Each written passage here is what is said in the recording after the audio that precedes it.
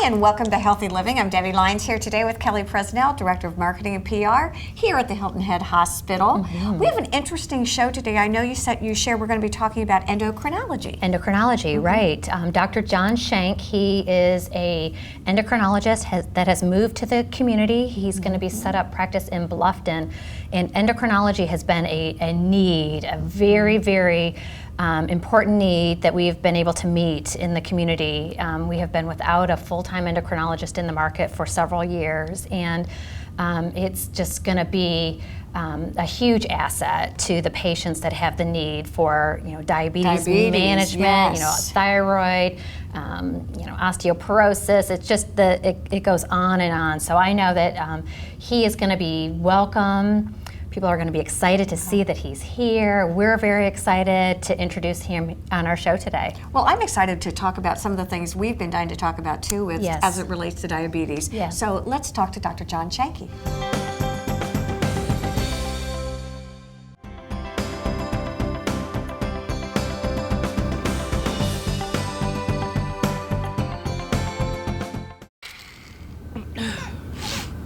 Dr. Joyner. Dr. Joyner, When you're sick and need to go to the ER, it's no fun to wait. There is a smarter way. Check in online at HiltonHeadRegional.com and skip the ER waiting room. Hilton Head Hospital, the smarter way to ER. Pain. It can be different things for different people. A shoulder that takes you out of the game. A knee that stops you in your tracks. Ready to return to a better you? Hilton Head Hospital is here, right in the Low Country, to help heal what hurts. From diagnosis to treatment to full recovery, our fellowship-trained orthopedic specialists are committed to getting you back to your best. Hilton Head Hospital. Extraordinary care right here at home.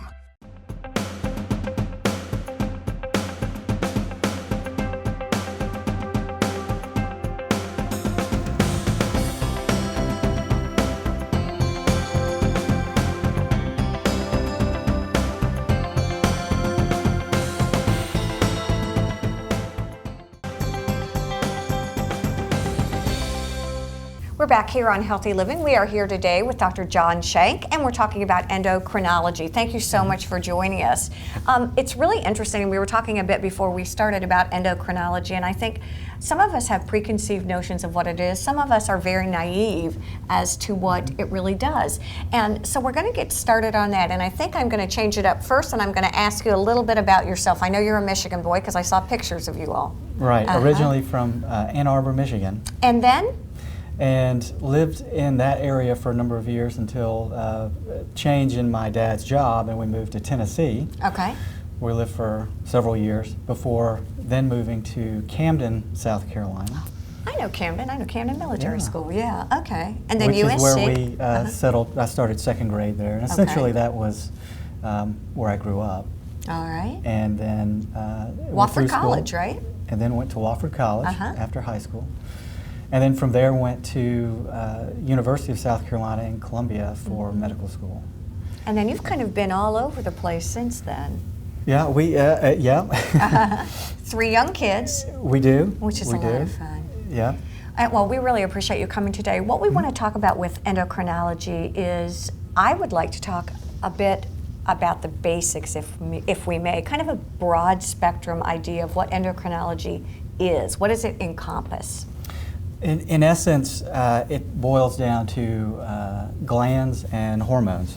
Okay. All and so that from does top to bottom, can you take me through what we might be experiencing or what you actually work with? Right. So top to bottom, in the brain, there's a gland called the pituitary gland, which from your old health textbooks, maybe from school, they used to be called the master gland. And so very important. But now we know that there's an area above the pituitary gland, which is probably now more or less the master controller. What's that? Area called the hypothalamus. Oh yeah, the hypothalamus, okay. But the pituitary gland is very important, and it makes a number of hormones that are very important with one of which is with the adrenal glands making cortisol, Okay. which is essential for life. It's just the stress hormone. Okay. Yeah. Okay. Because I hear more and more about about cortisol. Mm-hmm. And then what else with the pituitary? It also is involved with the thyroid gland and regulating in helping to regulate thyroid hormone levels. All right. Also, growth hormone is made by the pituitary gland, a hormone called prolactin, which is important for mothers to nurse, babies. Okay. And also involved with the reproductive axis in men and women. So, with the ovaries in women and the testes in men. All right. So that's the pituitary. From the pituitary, and there's also in sort of the back part of the pituitary gland, there's also several things that are stored there and released. One involved with water balance in our body, which is very important. Okay. That's vasopressin, a hormone, or also called antidiuretic hormone. Okay. Which Oh, is this made, is fun. I love. Which is made in the hypothalamus, but it's is stored and secreted in the posterior part of the pituitary gland. Also oxytocin, which is important for oxytocin, yes. giving birth. So that's the pituitary gland. If we move down a little bit to our neck, is the thyroid gland, which makes thyroid hormone. And what does that regulate? I hear many women, I'm 60, but I hear young women too talk about their thyroid glands and making enough hypothyroidism, hypothyroidism, blah, blah, blah, blah, blah. So the thyroid is very important. It makes thyroid hormone, which is primarily thyroxine, or T4. To a much smaller degree, something called T3. Okay. But these are very important for proper growth and development. So for babies, children, as we grow, they're necessary for that, for good muscle functioning. But also, probably the main thing that people hear about is metabolism, so how we use energy in our bodies. And that's the simple way of saying that. Right. So that's sort of, as we get older, that's sort of that primary function. Is there a genetic component to diseases of the thyroid? There certainly are things that can be passed along. And we'll talk about that, I think, in the next segment, get a little bit more specific. And so next to the thyroid are the parathyroid glands, which we also see some problems with that can develop there. The parathyroid glands regulate where are they? Calcium. Okay. So if you think of your thyroid as sort of in the middle of your neck, sort of a butterfly-shaped gland or a bow tie, the parathyroids there are normally 4 of them, so 2 on each side of the neck, one up, one down, one up, one down, and they're sort of on the back side of the thyroid, and they're small, so typically, normally about the tip of your little finger. You didn't know you'd have to do an anatomy class. This is like testing. Yeah. So like the tip of your normally, so they're small. What I'm hearing you say is nothing operates in a vacuum either. Everything seems to communicate with the other to get messages across that we need when it comes to glands. And a lot of these work in what's called negative feedback, meaning so if something's out of whack, or if something is too much, it'll in turn shut off the signal. So these things sort of, yes. Check and balance, if you will. Checks and balances. All right, so I've got parathyroid, thyroid, let's see how I'm doing here. And then hippocampus? No, that's brain. Okay. So, but as we move pituitary. down, so the Okay. pituitary Right. is a big one there in the brain.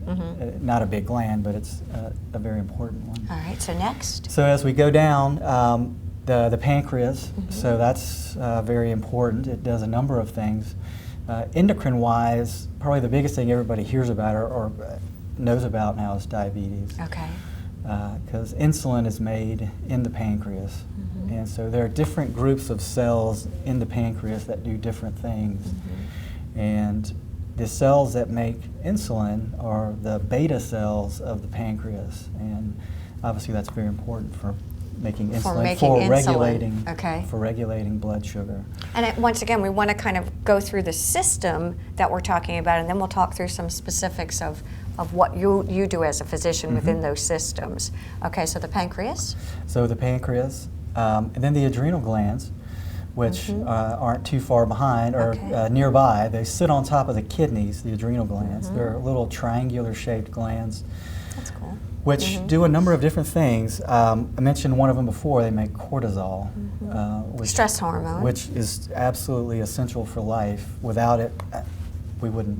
When you talk about a stress hormone, what does that look like? What does that mean to us as far as what do I notice about it? It produces, I mean, what does cortisol do?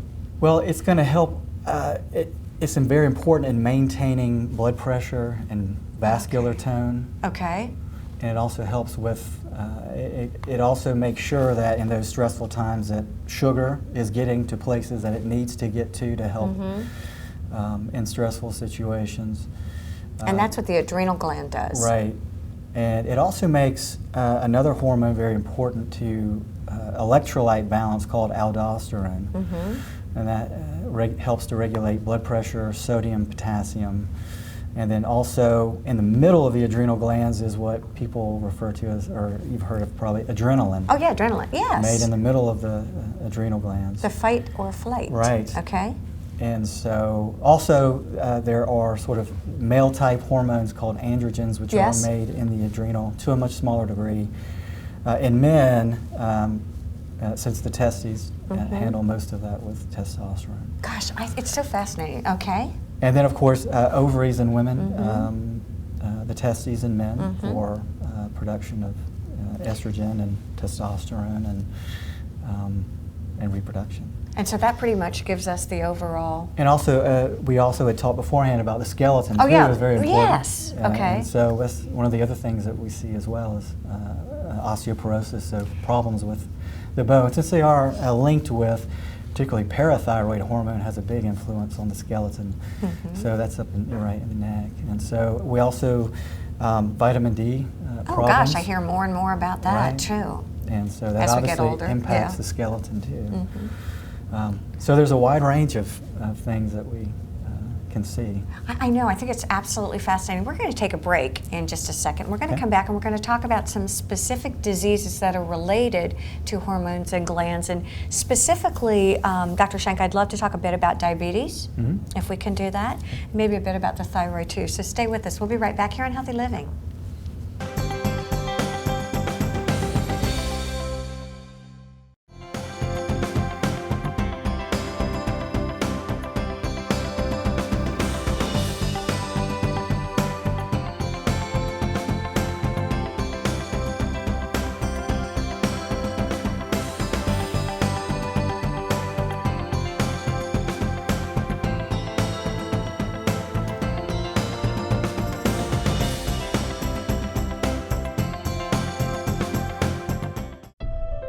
Pain. It can be different things for different people. A shoulder that takes you out of the game. A knee that stops you in your tracks. Ready to return to a better you? Hilton Head Hospital is here, right in the Lowcountry, to help heal what hurts. From diagnosis to treatment to full recovery, our fellowship-trained orthopedic specialists are committed to getting you back to your best. Hilton Head Hospital. Extraordinary care right here at home. Hilton Head Regional Medical Center is located at 25 Hospital Center Boulevard. When traveling east on William Hilton Parkway, make a left-hand turn on Beach City Road, and the next left, Hospital Center Boulevard will be located just past the Hilton Head Library. Coastal Carolina Hospital is located on US 278 at Exit 8 on I-95. Telephone is 843-784-8000. On the web, www.coastalhospital.com. The vision for Hilton Head Spine Center is very clear. It's to provide world-class spine care to our patients. Physical therapists were there. They were there holding you up. It's nice. I just love working with all of these patients and their families and getting to know them and helping them on their journey. My life is definitely better, and I'm glad that I came here to Hilton Head Hospital.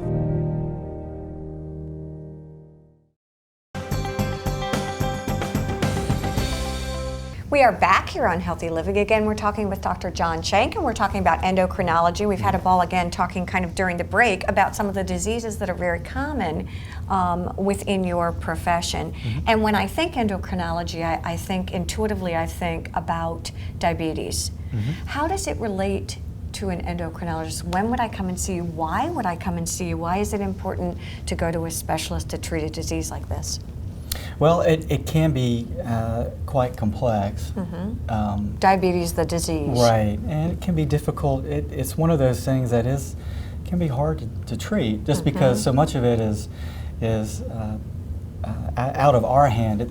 It's more in, sort of in more of the patient control, sort of relying on them to be compliant lifestyle and follow a poor diet. And when we talk about diabetes, there are different kinds. It's not as though it is a linear disease, if you will. I hear a lot about diabetes type 1, juvenile diabetes, and then about type 2. Do you typically see both we do, kinds of patients, if you will? Absolutely, yeah. Type 1 diabetes, what used to be referred to more as juvenile, now you can see it in adults too. You don't necessarily have to be a child to develop what's termed type 1. Type 1 is an autoimmune disease. And I just read that recently, not that recently, but it's where there are antibodies directed against those cells of the pancreas that are attacking those cells and destroying them, to where there is an absolute insulin deficiency, to where and then often they'll, once it reaches a certain point, they'll they present more or less in extremis. They'll be in an emergency room, or where they're in rough shape, and so. But that's where there's absolute insulin deficiency, and it's an autoimmune problem. But it can be in adults as well. You don't have to be a child. I was going to say, you're saying it can present at any time. Similar symptoms, what would I notice? What would I be paying attention to? Classically, it's going to be, for type 1, it's going to be unexplained weight loss, and they may be eating a lot and drinking a lot and going to the bathroom a lot, so urinating frequently, just excessively, and so they feel like they can't quench their thirst. They're getting up at night to pee. And do everything. There seems now that can be too, as well in adults too. Some type are 2 have also. That, right. Typically, would your family doc be the first one to pay attention to these symptoms? Many will, right. So they might present to their pediatrician or primary care provider at some point, saying, "Hey, this is going on. I feel like I'm drinking way too much. I'm going to the bathroom so much. Right. What's going on? Feeling really exhausted and can't quench my thirst." Well, it's interesting because I think for a lot of us who are consumers, we hear on television, we read all the time. I'm hearing the Wall Street Journal has articles I know about diabetes, and so many new, I don't want to say innovations, but treatment interventions that are available now. Oh wow, yeah. I mean, even in the span of 5-10 years, there's just been a number of new medications that are out, and the technology with insulin pumps, and it's really taking off. So I mean, just the number of agents that are there to help to treat particularly mainly with type 2 diabetes, it's so much more than it was 5-10 years ago. So Dr. Schenck, as a patient, I would come into you with my presenting symptoms, and what would the goals and objectives for us to be as a patient physician? Well, we try to tailor a medication regimen, a treatment regimen to, number one, want to try to get it better. Okay. And depending on the person's individual situation, there are other health problems, medications are on. Co-occurring things, right? Okay. And because some medications really may not be good for some people, depending on their health, other health problems that they have. Do you look at lifestyle factors too, especially if I'm talking about type 2 diabetes? Do you? Absolutely. Okay. Yeah, and it's what very are some? important. Is it? And what are some of the things that may present, a patient may present with? Well, with type 2? Yes, please. Some of them may not necessarily have a whole lot of symptoms. Okay. But you know, depending on the degree of or how high the blood sugar has been. But you know, type 2 is more of a one where there are oftentimes weight issues and inactivity, and so certainly some medications can make things worse in that respect too, such as steroid medications like prednisone. All right, okay, I didn't realize that. Is there a demographic that you see within your practice, or that oftentimes is typical of the type 2 diabetes patient? Well, men, women? For me, adults, right? Okay. It'll be men and women, right? And so Caucasian, African American. Right. Do you see? It runs the whole gamut of race and ethnicity, and in both men and women. Well, let's talk, if we will, kind of shifting gears a wee bit to talk a little bit about about thyroid disease, because again, I think that's something that we hear about pretty consistently. What kinds of disease processes are you seeing within the thyroid system gland? Right. Commonly, an underactive thyroid as hypothyroidism. What does that look like? And so, you know, classically, it's going to be someone who's feeling very sluggish. They may have gained weight or had trouble with losing weight, or things, feeling cold. You know, that's sort of the classic, but not everybody is going to fit that. Okay. Same with an overactive thyroid. Classically, that was people who feel really revved up and energized and anxious and jittery, and typically in older folks too, they're not going to have that. They may not have any of that. They may not lose any. They may not be losing weight unexpectedly with an overactive thyroid. So not everybody is going to fall into those textbook things. We wish. Wouldn't that be easy? It'd be great. Just here's the recipe and do it. So are there blood tests, or what is the diagnostic procedure for all of this?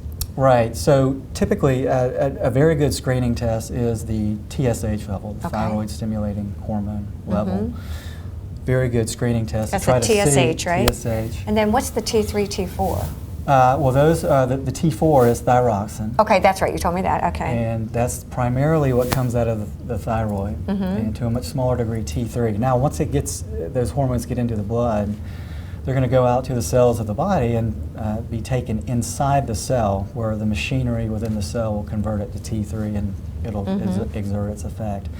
T4 and T3 don't necessarily have to be. I wouldn't recommend those as necessarily screening. What we do check those depending on the situation, particularly with an overactive thyroid. We check both T4 and T3. As a matter of routine primary care blood work, is the thyroid typically checked? I think it often is. You know, it is. It's a readily available test. It's commonly ordered, and so if a person has an over and active thyroid, what are treatment interventions that are successful, and why is it going to be so important for me to actually treat this disorder? So for an underactive thyroid, you're going to want that thyroid hormone, and that tends to be again, it's one of those chronic issues or chronic treatments that's going to have to take place. I want my metabolism to be correct. To help with that energy and that metabolism. And so thyroid hormone is the primary treatment for an underactive thyroid. And so on the flip side of that, for an overactive thyroid, there are medications that can help treat that, primarily something called methimazole, so that helps regulate how much thyroid hormone is coming out. Also for an overactive thyroid, for Graves' disease is a very common form of an overactive thyroid. Okay. Thyroid surgery, or where there's radioactive iodine treatment, which can treat that as well. I also hear about thyroid malignancies quite a bit. Is that something that you see? We certainly do. Thyroid nodules are extremely common. And what does that mean, and what does that do? And you know, thyroid nodules are very common. Most people won't even know they have them. More often than not, they're going to be picked up by imaging tests for other things. All right. Sort of an incidental finding, if you will. All right. You know, about less than 10% of these are ever going to be felt by somebody actually touching your neck. And so many, again, are going to be picked up on imaging studies. Is it a problem to have a nodule? I mean, is it just For the most part, the overwhelming majority of thyroid nodules are going to be benign. Okay. Now they could grow. Generally that's sort of a slow process over years. And again, many people won't even have any clue that they've had them. And again, most are going to be benign. About 5, maybe, depending on the study, it's about 5 to 7% may turn out to be a thyroid cancer. So again, we're looking at a very high number of these are not going to be cancerous. And so, if I suspect I have diabetes, I have a primary care physician, or I've been diagnosed with diabetes, can I directly call you and come to you? Sure, they can, or go through the primary care to make a referral, or by all means, yes. Okay, which makes a lot of sense. Dr. Schenck, thank you so much for joining us. See, this isn't so bad, is it? Thank you all for joining us here on Healthy Living. Have a great day.